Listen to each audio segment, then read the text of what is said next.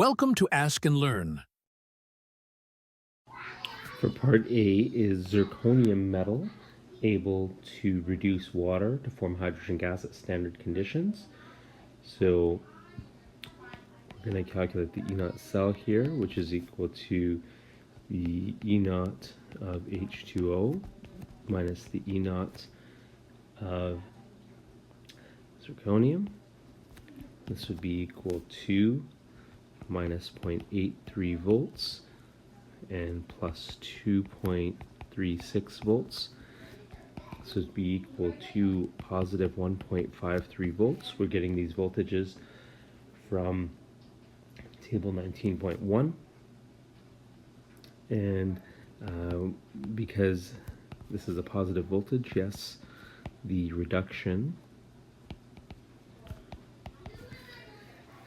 of H2O to H2 by zirconium is spontaneous,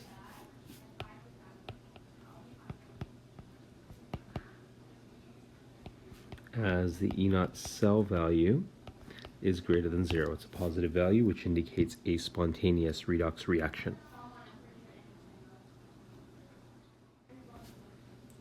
Let's write a balanced equation for part B for the reduction of water by zirconium. We'll have the reduction of water form H2 and 2OH minus, and the oxidation of zirconium plus 4OH minus to ZrO2 dot H2O add H2O and 4 electrons. We're going to multiply the reduction half reaction by 2, and this would yield 3H2O add zirconium solid, producing 2H2 gas, and ZrO2.H2O solid. So here's our balanced equation for the reduction of water by zirconium.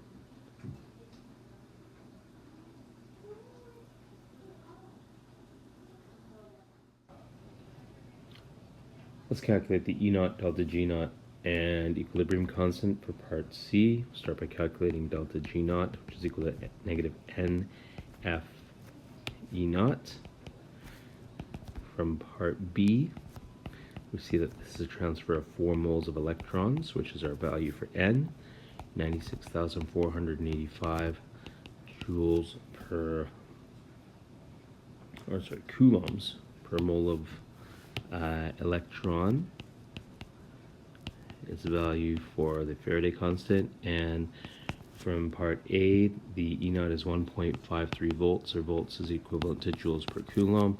This is equal to negative 5.90 times 10 to the 5th joules, or negative 590 kilojoules.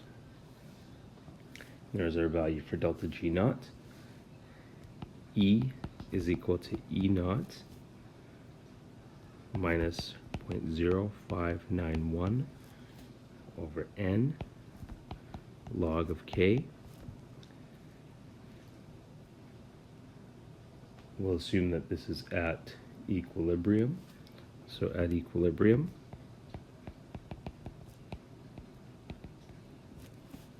the value of E is equal to 0, and so we can plug this in here, and so we get 0 is equal to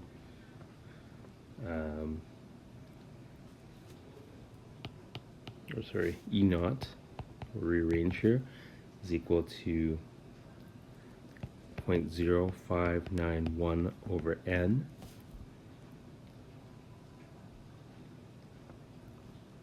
log of K, which would be, we'll rearrange first, log of K, and then Rearranging here, the log of K is equal to N E naught over 0.0591. N is 4, E naught 1.53, 0.0591, and this is equal to 104. Therefore, K is approximately 10 to the positive, or exponent 104, so a very large equilibrium constant. So we've got our delta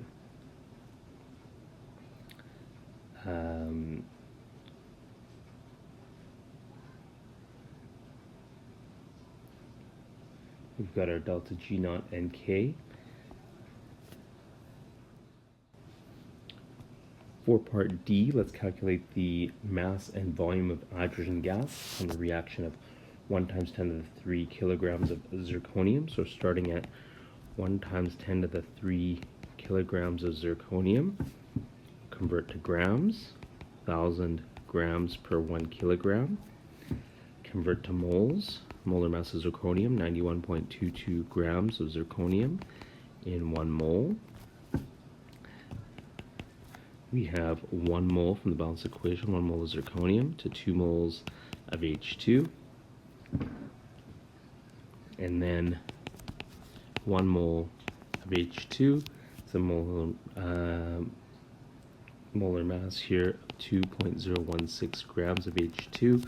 This will work out to our mass of H2, which is equal to 4.42 times 10 to the 4 grams of H2.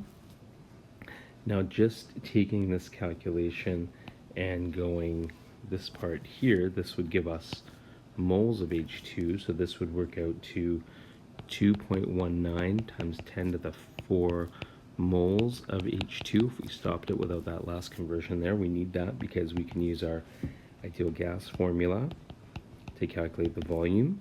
The moles is 2.19 times 10 to the 4 moles of H2. R is 0.8206 liters atmospheres per mole Kelvin. Temperature in Kelvin is 1,273 Kelvin over the pressure, which is equal to 1 atmosphere. And solving for the volume here, we find that this is 2.3 times 10 to the 6 liters of H2.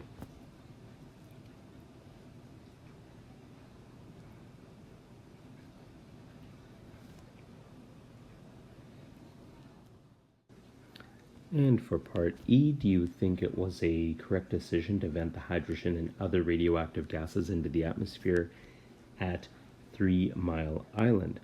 Less radioactivity overall was released by venting the hydrogen than what would have been released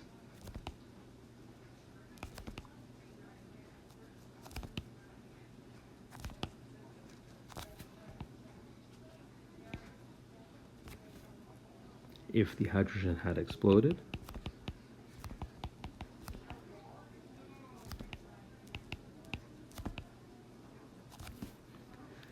inside the reactor.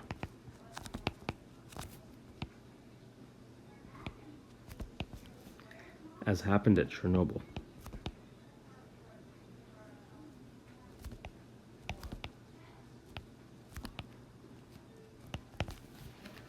Neither alternative is pleasant.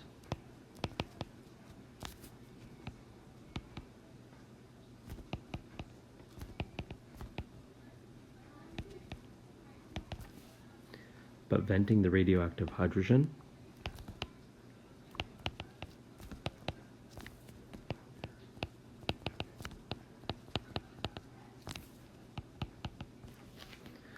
is the less unpleasant, or is the least unpleasant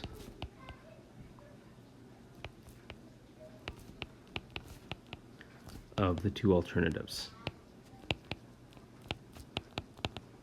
Therefore, it was probably a good decision to vent the hydrogen and radioactive gases into the atmosphere at 3 Mile Island.